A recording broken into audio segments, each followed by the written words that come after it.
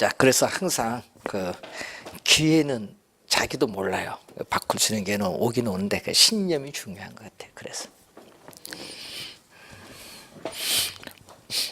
19살, 그 19살이면 고3 딱 졸업할 때인데 그 분이 이제 그 합격을 했어요.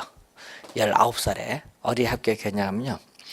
이 삼성전자 에 합격을 했고 19살인데 고3 졸업하자마자 그 마이스트고 나왔거든요. 삼성전자 합격하고 또 하나는 구급 공무원 시험에 합격했어요.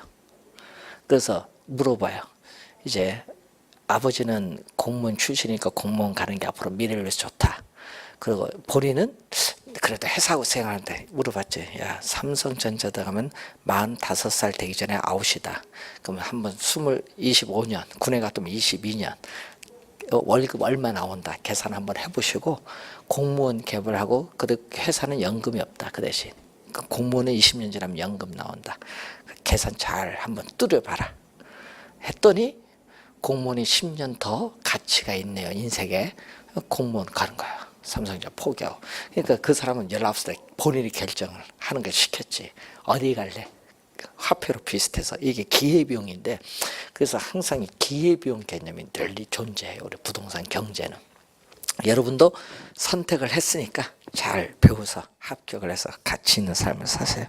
자, 70페이지에 토지의 특성 가겠습니다. 또 매년 출제되는 또 상당히 중요한 부분입니다.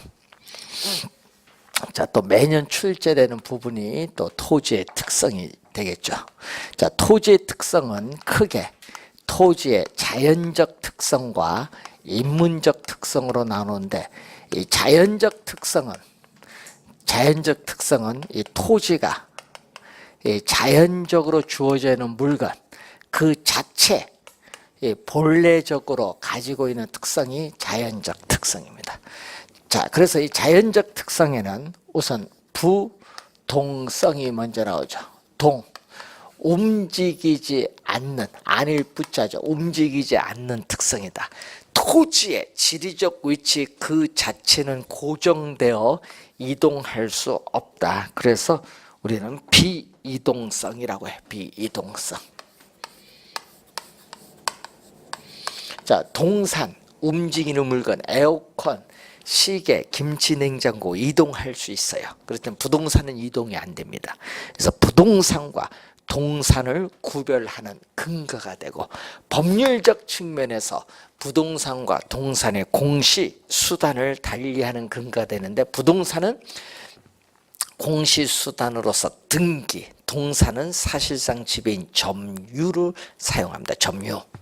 자, 우선은 이 부동성과 관련해서 보고 또 시험 문제에 또 제일 많이 출제됐던 용어 중에 하나가 요거죠. 국지화.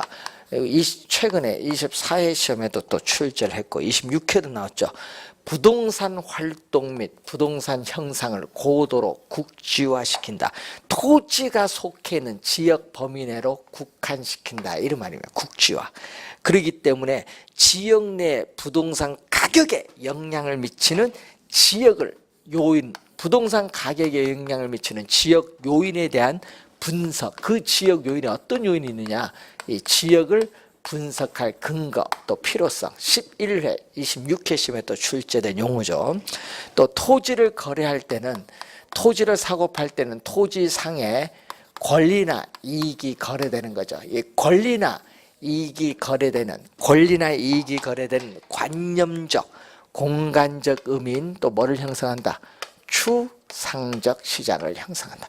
관념적이고 공간적 의미인 추상적 시장을 형성한다. 자, 그리고 위치가 고정되었기 때문에 중앙정부라든지 지방자치단체의 제도적 규제 대상이 되기가 쉽기 때문에 토지관계 법규가 복잡하고 유리한 위치느냐 불리한 위치냐 상당히 중요합니다. 그래서 입지 선정의 중요성을 또 제기를 해줘요. 자, 그리고 토지를 거래할 때는 각종 토지에 관련된 자료, 토지대장, 임야대장, 지적도, 임야도, 토지이용계획 확인서 뭐 이런 자료를 수집해서 분석하는 정보 활동이 중요하고 또 분석된 자료를 현장에 가서 확인. 임장은 현장에 임하라. 현장을 방문해서 확인하라. 임장 활동. 부동산 활동을 정보 활동과 임장 활동으로 만드는데 특히 요걸 중요시 여기잖아요. 우리는 임장 활동 주의 좀 해야 되겠지.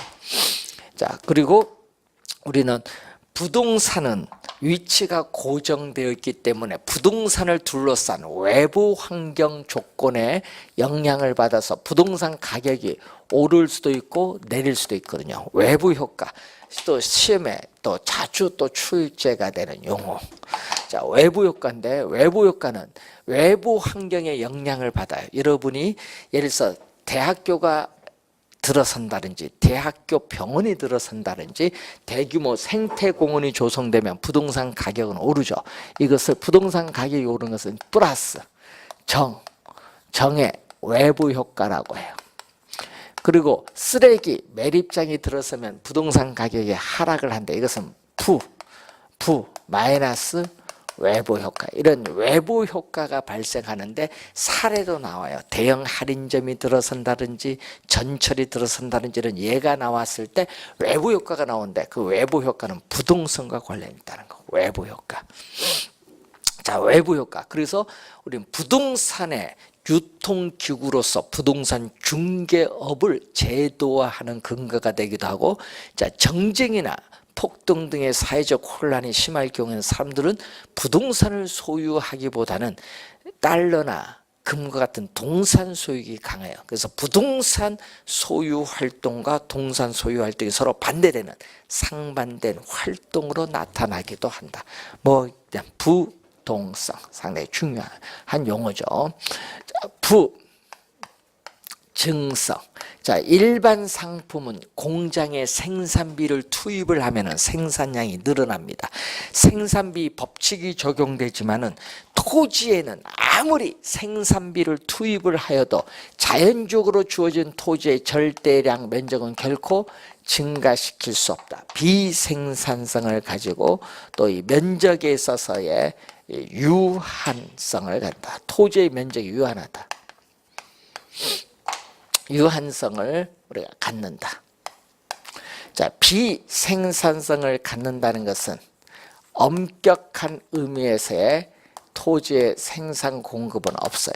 생산 공급이 안 되기 때문에 생산비의 법칙이 적용되지 않고요.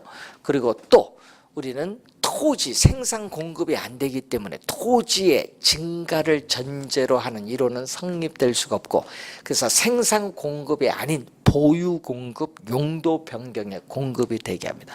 보유하다가 팔려고 내놓는 건 보유 공급, 용도를 전환해서 공급이 가능하거든요. 그래서 생산 공급이 아닌 보유 공급, 용도 변경의 공급이 되게 하고, 또 유한하죠. 유한하기 때문에 뭐가 나온다. 토지를 소유하고자 하는 인간의 욕망은 무한한데 그 무한한 욕망을 충족시켜줄 토지 자원은 한정되어 있기 때문에 시간의 경감에 따라 이 희소성은 가중된다. 토지의 희소성은 가중돼요. 자, 그리고 우리는 토지를 이용할 때는 우리는 최선의 상태에서 최고의 가치를 우리는 발휘할 수 있도록 최유효 이용의 방법을 결정을 해야 돼. 유한하기 때문에 최선의 상태에서 최고의 가치를 창출하는 이용이 최유효 이용인데 이 최유효 이용 방법을 결정을 해야 되겠고, 그리고 또 우리는 토지는 유한하기 때문에 대다수의 사람의 공공복리적 차원에서 토지의 사회성, 공공성이 강조가 돼요. 토지 공개념의 근거가 되죠. 토지 공개념의 또 근거가 되는 거죠. 면적이 유한하기 때문에 그렇죠. 자, 그래서 인구는 계속 도시로 집중을 해요. 그래서 도시 토지에 대한 수요는 계속 증가하지만은 도시 토지인 택지가 점점 우리가 부족해지는 문제가 발생해요. 왜냐? 우리는 도시 외곽에 있는 땅을 택지로 조성해서 공급하는데 공급에 한계가 있거든요. 그래서 이 택지 택지로 조성해서 공급하기는 능력의 한계를 가지고 있기 때문에 토지가 부족해요. 그렇기 때문에 도시 토지를 이용하고자 하는 수요자 간의 경쟁해 버려요. 공급자가 아닙니다. 도시 토지를 이용하고자 하는 이 수요자 간의 경쟁으로 인해서 집가는 계속적으로 상승합니다. 여러분, 도시에서 집가가 오르면요, 도시에서 건물이 점점 고층화돼요. 이 고층화되는 것을 전문용어로 집약화라고 해요. 그래서 집약화라는 용어 자주 출제하죠. 최근에 여러분 17회 시험, 15회 시험, 우리가 4회, 6회 시험 4번 최근에 출제했네요. 집약화라는 것은 건물이 고층화되는 겁니다. 네, 이 집약화 시험에 15회 시험에는 이걸 조방화로 출제했어요. 조방은 농촌에서의 토지 이용이거든요. 여기 아니라 집약화를 우리는 촉진합니다. 하여튼 집약화가 나오면은 부정성입니다. 부정성. 자, 그리고 완전 비탄력적인 공급 곡선을 가져요. 자, 이렇게 종축은 토지의 가격인 집가고 횡축은 토지의 공급량인데 이 공급량이 이렇게 고정되어 있기 때문에 공급은 S로 표현하는데 완전 비탄력적, 우리 다음 주에 완전 비탄력적 배우는데 완전 비탄력적인 형태의 수직선을 가져요. 이 수직선인데 수직선은 공급이 고정돼 있어요. 토지의 공급은 고정돼서 변하지 않아요. 이것을 우리는 전문용어로 토지의 물리적 공급이라고 해요. 토지의 물리적 공급.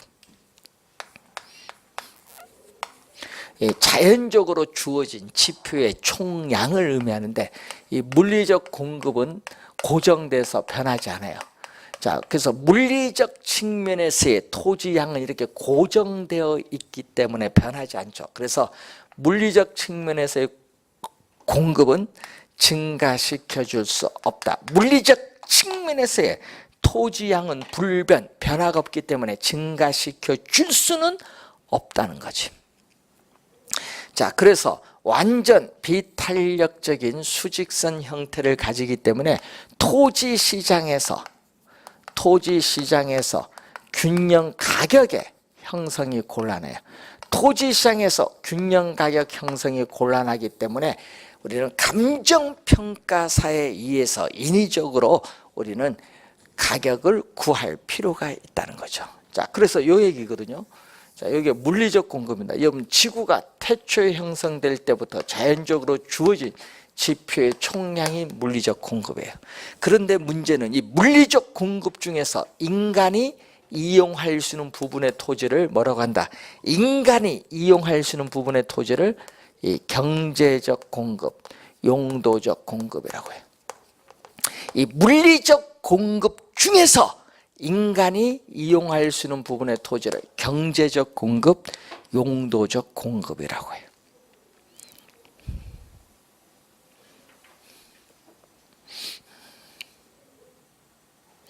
자, 여러분, 바다 밑에 있는 토지, 호수 밑에 있는 토지 사는 이용 못 하거든요. 그런 걸 다 빼면 이용할 수 있는 토지가 얼마 안 돼. 전 세계 땅 중 뭐 한 20%도 이용 못 할걸요. 그래서 이 문제는 이 경제적 공급은 용도의 다양성의 특성에 따라 토지 이용에서의 용도를 전환하여 용도를 전환해서 산을 택지로 조성해서 택지의 양을 확대시켜 주거나 간척 개발. 자, 여러분, 간척 개발을 한다든지 공유 수면을 매립을 하죠. 이 매립을 해서 농지나 택지 양을 어떻게 돼요? 용도의 전환을 통해서 농지나 택지 양을 또 증가시켜 줄 수 있거든요. 자, 이것을 통해서 이 경제적 측면에서의 토지 양은 이렇게 증가가 가능하지만은 물리적 양은 변화가 없어요. 물리적 양은 변화가 없어요. 그래서 경제적 공급은 우리가 증가가 가능한데 물리적인 토지 양은 변화가 없어. 증가시킬 수 없어. 불변이야. 물리적 측면에서의 토지 양은 고정되어 있어서 불변, 증가가 안 되지만 경제적 측면에서의 토지 양을 이렇게 증가시켜 줄 수 있다. 시험에 진짜 많이 나오죠. 그래서 우리는 우리가 측면에서는 이렇게 나오죠. 공급 곡선이 뭐다? 24회 시험에는 요걸 우하향으로 출제했거든요. 오른쪽 위로 올라간다. 오른쪽 위를 향하는 곡선. 우상향. 이걸 우하향으로 24회 시험에는 또 출제를 했어요. 여러분, 원래 물리적 공급에서 또 출제했죠. 많이 나옵니다. 여러분이 지가가 토지에 대한 수요가 증가하면 바로 택지 조성 공급이 안 되기 때문에 지가가 급등해요. 그래서 택지를 조성해서 일정한 기간이 지나면 공급이 늘어나죠. 그래서 우상향하는 거예요. 이럴 때 우상향할 때를 우리는 토지에 뭐라고 하냐? 경제적 공급이다. 토지에 경제적, 용도적 공급은 오른쪽 위를 향하는 우상향하는 곡선. 물리적 공급은 수직선. 요거 시험에 많이 출제가 되는 용어. 꼭 기억을 해두셔야 되는 용어입니다. 자, 그리고 우리가 또 영속성이 있죠. 영속성은 시간이 경과하여도 토지를 사용하여도 토지는 소모되지 않고 마멸되지 않는다. 불변성. 공간으로서의 토지는 파괴되지 않는다. 불개성. 비소모성이라고 하죠. 또는 비소멸성. 자, 토지 자체는 비소모적 재화다. 자, 토지 자체는 비소모적 재화다. 그러기 때문에 또 시험 문제 21회 시험에 또 정답 물었죠. 또 26회 시험에 나왔는데 토지의 소모를 전제로 하는 재생산 이론이나 사고방식은 토지에는 적용할 수 없다. 그거 출제 3번 출제했고 또 이것도 10회 시험, 우리가 7회 시험, 26회 시험에 나왔는데 가치 소모가 없어요. 비소모적 재화이기 때문에 가치 소모가 없어서 가치의 보존력이 뭐하다? 우수하다. 가치의 보존력이 우수하다. 그래서 일반 상품에 비해서 토지에 대한 투자자의 선호를 높게 합니다. 그래서 소모가 없기 때문에 부동산 관리의 중요성을 제기해 주죠. 자, 또 소모가 없는 24회, 26회 시험에 출제했었죠. 물리적 측면에서의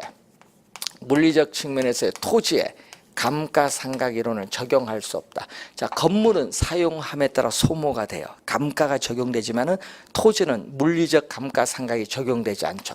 그런데 토지가 속해 있는 지역이 쇠퇴를 해요. 발전하는 것이 아니라 토지가 속해 있는 지역이 점점 쇠퇴를 하면 그 지역의 토지 가격 하락하죠. 그걸 뭐냐? 경제적 감가라고 해요. 그래서 경제적 측면에서의 토지 가치는 하락할 수 있어요. 경제적 감가는 가능해요. 물리적 감가 이론은 적용하지 않는다는 거죠. 자, 이 내용이 또 많이 나오고 토지는 또 어떻게 돼요? 수익은. 자, 토지로부터 얻는 수익은 영속적으로 발생해요. 건물은 철거할 때까지만 수익이 발생하니까 건물로부터 얻는 수익은 반영속적이지만 토지로부터 얻는 수익은 영속적이에요. 자, 토지로부터 얻는 수익은 영속적이다. 그렇기 때문에 우리는 부동산 활동 시에는 뭐를 필요로 한다? 장기적인 배려를 필요로 한다. 부동산 활동 시에는 장기적 배려가 필요하다. 장기적 배려가 필요하고 또 토지, 가치, 개념, 근거가 돼요. 자, 토지 가치는 이 토지 소유에서 비롯되는 장래 수익, 영속적인 장래 수익을 현재의 가치로 환원한 값이 토지 가치인데 개념의 근거. 나중에 지대이론 가면 또 한번 배우겠죠. 자, 그래서 우리는 토지를 소유함으로써 얻는 이익은 지가 상승에 따른 이익이고 또 토지 소유자가 토지를 이용함으로써 얻는 이익이 분리가 가능해요. 자, 이게 분리가 가능하기 때문에 토지 소유자가 토지를 이용하지 않고 다른 사람으로 하여금 이용토록 해서 지대 수입을 받을 수 있어. 그렇기 때문에 토지에서의 뭐가 발생한다? 임대차 시장이 발달하죠. 토지 시장에서의 임대차 시장이 발달한다. 본 22회 시험에 또 출제된 질문. 임대차 시장이 발달해요. 여러분 26회 작년 재작년 2년 영속성 물었어요. 파생되는 특징 잘 이해를 해야 됩니다. 2년 연속 출제했습니다. 자, 그리고 또 토지의 수익이 영속적이잖아요. 자, 토지로부터는 수익이 영속적이니까 토지에 장기 투자를 하면은 집가 상승에 따른 이득인 자본 이득과 이 지대 수입과 같은 소득 이득을 향유할 수 있다. 여러분 작년 시험에 요거 출제했죠. 자본 이득과 소득 이득 누릴 수 있다. 요거 작년에 출제했는데 영속성입니다. 자, 영속성과 관련된 내용이죠. 자, 개별성. 자, 토지는 위치가 고정되어 있고 그 토지마다 지질, 지세, 집안의 상태가 다 다르기 때문에 토지에 있어서 물리적으로 똑같은 토지는 오직 하나밖에 없다. 두 개 이상의 동일한 토지는 결코 우리는 어떻게 돼요? 존재하지 않는다. 비대체성, 비동질성이라고 하죠. 자, 비대체성으로 인해서 우리는 토지 시장에서의 토지 상품 간의 완전한 대체 관계, 이것도 3번 출제를 했었죠. 22회, 24회, 16회 시험 완전한 대체 관계를 뭐한다? 제약한다. 완전한 대체 관계를 제약한다는 거. 성립한다로 출제하죠. 자, 그리고 토지 가격이나 수익, 토지 가격이나 수익 등을 우리는 개별화, 구체화, 1제곱미터당 얼마냐, 구체화시키죠. 자, 또 토지 가격을 개별화, 개별적으로 형성되기 때문에 이 개별 분석을 해야 됐다. 하나하나 개별 분석의 근거가 되고 또 토지가 다 다르다 보니까 토지 간 비교가 어렵습니다.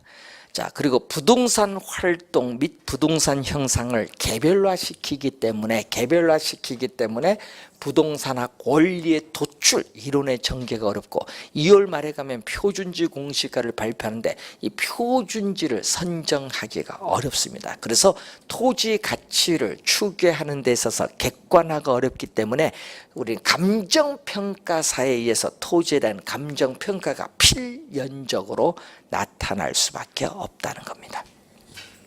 그리고 또 개개의 부동산을 또 뭐한다? 독점화시킨다. 자, 요거 21회 시험은 비독점으로 출제했죠. 개개의 부동산을 우리는 독점화시킨다. 공급에 있어서 뭐 독점. 21회 시험에는 요걸 비독점적으로 출제합니다. 독점화시킨다. 자, 그리고 10회와 26회 10회 나오죠.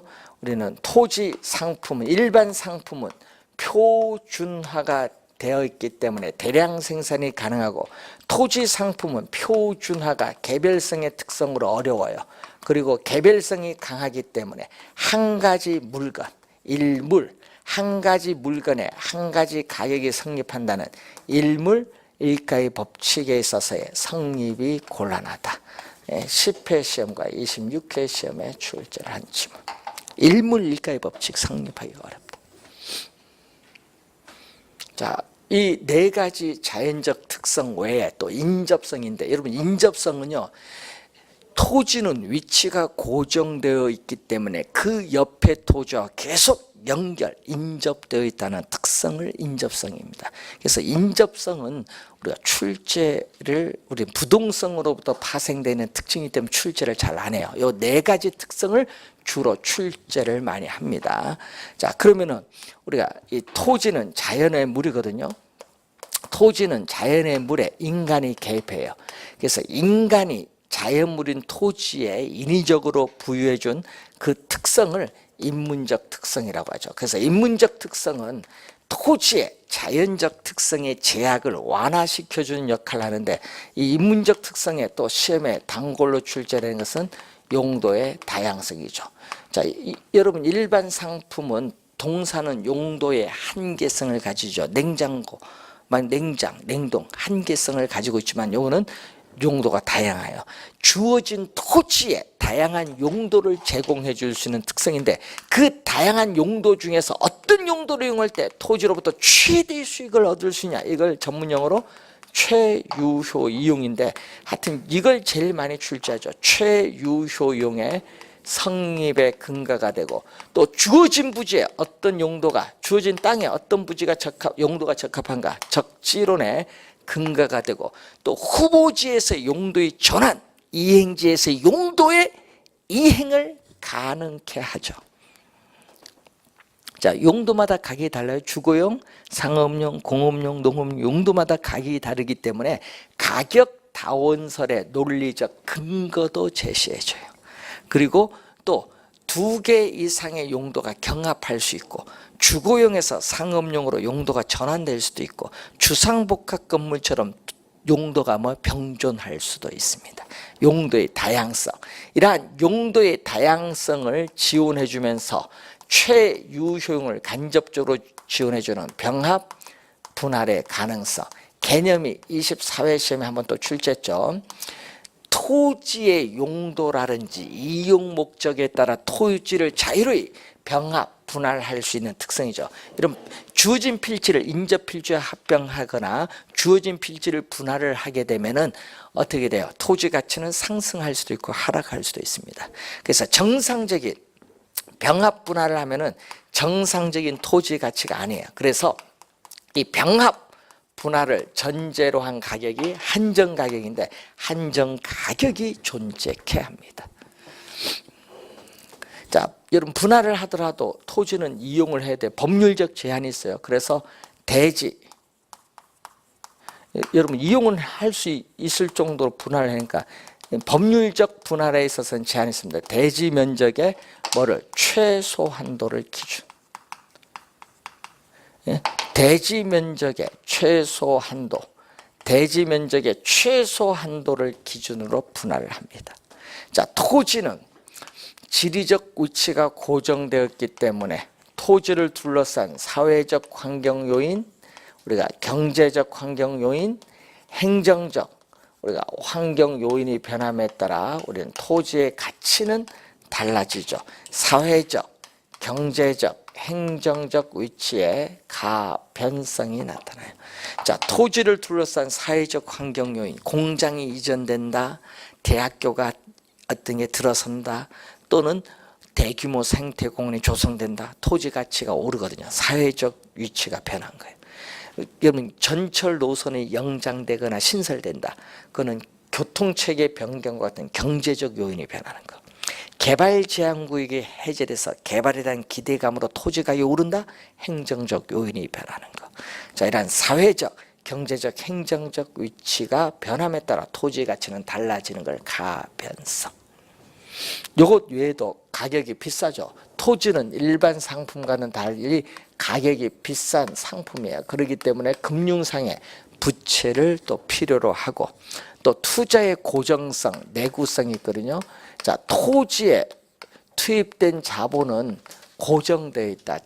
장기간에 고정되어 있어요. 그래서 단기간에 토지에 투입된 자본을 회수하기가 어렵다. 이걸 투자의 고정성. 토지에 투입된 자본은 단기간에 회수하기가 어렵다는 그런 특성이죠. 자, 시험 문제에 우리가 매년 출제되는 상당히 중요한 그런 내용입니다. 자, 89페이지 가면은 이제 유량과 저량 개념이 나오죠. 자, 여러분 유량, 저량은 경제 이론의 가장 기초가 되는 개념이거든요. 유량은 플로우라고 해요. 플로우. 유량은 이 플로우 개념. 자, 유량은 플로우 개념. 자, 여러분 물이 흘러가듯이 시간도 흘러가는 개념. 시간이 하루 흘러가면 일, 일주일 흘러가면 주, 한 달 흘러가면 월, 1년 흘러가면 년이에요. 연. 그래서 플로우 개념이죠. 그래서 시간이 흘러가는 개념을 우리는 뭘로 표현한다? 기간으로 표현해. 일정 기간 동안에 기간이 명시되어야 우리는 측정이 가능한 변수를 얘기하죠. 기간이 명시되어야 측정이 가능한 변수를 얘기합니다. 그래서 기간이 들어가거든요. 예를 들어서 여러분 소득은요. 소득은 여러분 연소득이 1,000만 원이면 적고요. 월소득이 1,000만 원이면 많거든요. 이 소득, 기간이 들어갈 의미가 명확해진 소득. 우리가 유량, 월 임금이 얼마냐. 예? 여러분 월 이자 비용, 연간 이자 비용은 얼마냐. 자, 여러분 건물의 월 임대료 수입은 얼마냐. 또 토지의 연간 지대 수입은 얼마냐. 이런 거. 자, 그리고 연간 주택 생산량이 얼마냐. 자, 전년 대비 올해 주택 거래량은 얼마냐. 주택 거래량. 분기별 주택 거래량이라든지 신규 주택. 자, 여러분 착공해서 일정한 기간이 지나야 완공돼서 공급되는 신규 주택 공급량이라든지 회사, 부동산 우리가 투자회사의 1월 1일부터 12월 31일까지 단기 순이익은 얼마냐. 단기 순이익은 얼마냐. 유량 개념.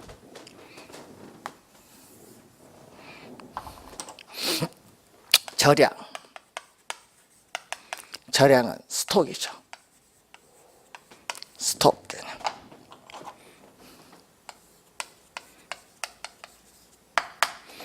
스톡 개념인데 일정 시점에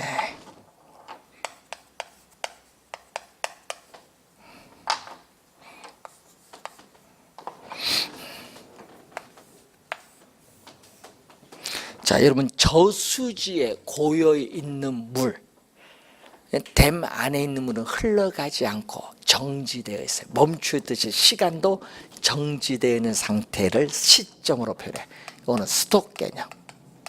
시험에 진짜 많이 내거든요. 요거 잘 알아둬야 되는데 현재 시점. 자, 현재 시점 서울특별시의 인구 규모는 얼마냐. 현재 시점 전국의 미분양 주택의 수는 얼마냐. 현재 시점 우리나라의 주택 보급률 103%다. 자, 요 며칠 전 뉴스 보니까 보급률 103%대요. 주택 보급률. 현재 시점 전국에 풀린 총 돈이 얼마냐. 통화량. 현재 시점 우리나라 가계에 있어서의 부채가 1,400조다. 가계의 부채. 현재 시점 삼성전자 회사의 자산 300조다. 자산 또는 자산의 가치. 이런 거. 현재 시점 우리나라 국가의 국부가 얼마냐. 현재 시점. 이런 건 다 무슨 개념? 절약 개념. 현재 시점 토지 가격, 집가, 주택 가격이 얼마냐. 하여튼 시점이 들어가면은 절약 개념. 기간이 들어가면 유량 개념. 구분해 두시면 되겠죠. 절약, 유량. 자, 그러면은 이 주택 절량. 자, 주택 절량의 공급량과 주택 절량의 수요량이 있거든요. 자, 현재 서울특별시에 200만 채가 있다. 자, 주택 절량의 공급량은 절량은 시점이거든요. 자, 일정 시점에 시장에 존재하는 주택의 양 200만 채가 주택 절량의 공급량이에요. 근데 여기에 빈집 공가가 10만 채가 있다. 그러면 주택 절량의 수량은 일정 시점에 사람들이 보유하고자 하는 주택의 양인데 이거는 200만 채 존재하는 데서 10만 채는 빈집이니까 사람이 살지 않죠. 빈집을 빼야지. 뺀 190만 채가 사람이 살고 있어요. 주택 절량의 수량은 190만 채. 그래서 주택 절량의 공급량과 수량은 이렇게 200만 채, 190만 채 같지 않을 수도 있는 겁니다. 자, 그리고 또 주택 유량. 자, 주택에서 유량. 유량은 일정 기간을 얘기하겠죠. 자, 일정 기간 동안에 시장에 공급되는 주택의 양이 주택 공급량인데 2016년 1년 동안에 여러분 20만 채가 공급이 되었어요. 그럼 이게 20만 채가 주택 유량의 공급량. 근데 문제는 수요량은 또 일정 기간 동안에 사람들이 보유하고자 하는 주택량인데, 자, 20만 채 중에서 분양이 19만 채가 됐고, 미분양이 우리는 1만 채다. 그러면 일정 기간 동안에 사람들이 보유하고자 하는 주택의 양은 분양된 19만 채가 주택 유량의 수요량이다. 분양받아서 보유하고 있으니까.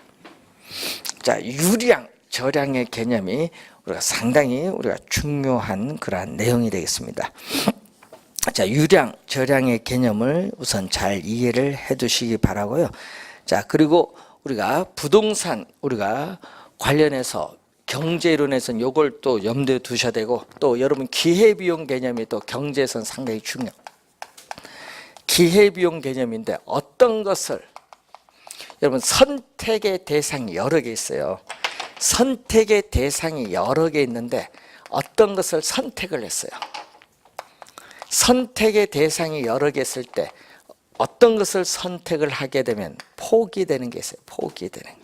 이 포기되는 것에 있어서의 최대의 가치, 포기되는 것의 최대의 가치를 기회비용이다. 그래서 우리는 이 선택한 가치, 선택한 가치가 포기된 가치와 비교했을 때 선택한 가치가 컸다. 그럼 여러분은 합리적인 선택을 한 거예요.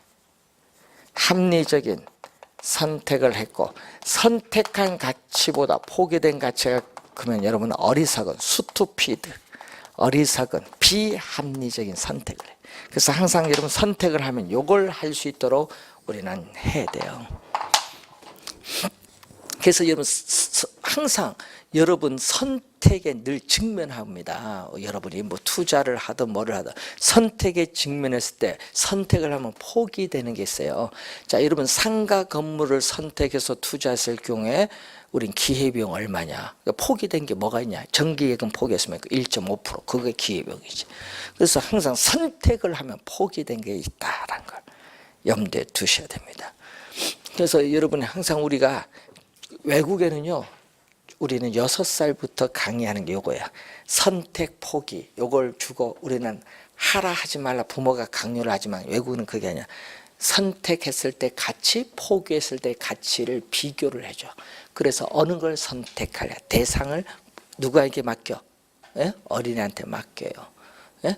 그것은 이제 몰라. 선택한 가치와 포기된 가치가 그때고 또 미래에 다를 수도 있기 때문에 어떻게 될지 모르는 거예요. 예? 그 미래는 불확실성을 가지고 있잖아요. 누가 확실하게 알겠어요, 미래를. 그렇기 때문에 선택한 가치와 포기된 가치가 나중에 따져보면 다를 수도 있어요. 예? 그러니까 여러분이 부모가 뭐 대학 어느 대학 가라 뭐 이런 게 할 필요가 없는 거예요. 오히려 꼴등이 제일 낫다는 얘기예요. 예? 중고등학교 열심히 놀아야지. 예? 공부는 대학교 가서 하는데 우리나라는요, 중고등학교 열심히 해서 대학교 가서 놀아요. 외국은 대학교 가서 공부하는데. 그래서 차이가 있어요. 뭐냐? 창의력에. 그러니까 우리나라의 학생들이 그런 점이 상당히 문제입니다. 저희들이 지금 서울대학교 3년 전에 상산고등학교 나와서요, 예? 전국 수석했어요. 400점 만점만 수석해서 서울대 경영학과 들어갔는데 그 친구가 서울대 경영학과 지금 3학년이에요. 3학년인데 뭐 하냐? 공무원 공부하고 있어요. 미친 사람들이야. 아니 서울대 들어가서 공무원 공부하는 게 말이 되나요? 우리나라 썩었어요. 이렇게. 뭐냐? 그런 사람 머리 좋으니까 창의력 있는 거에 가야 되는데 전부 서울대 학생들이 공무원 공부한다는 게 말이 돼요? 그럼 왜 서울대 갔어? 대학 가지 말지.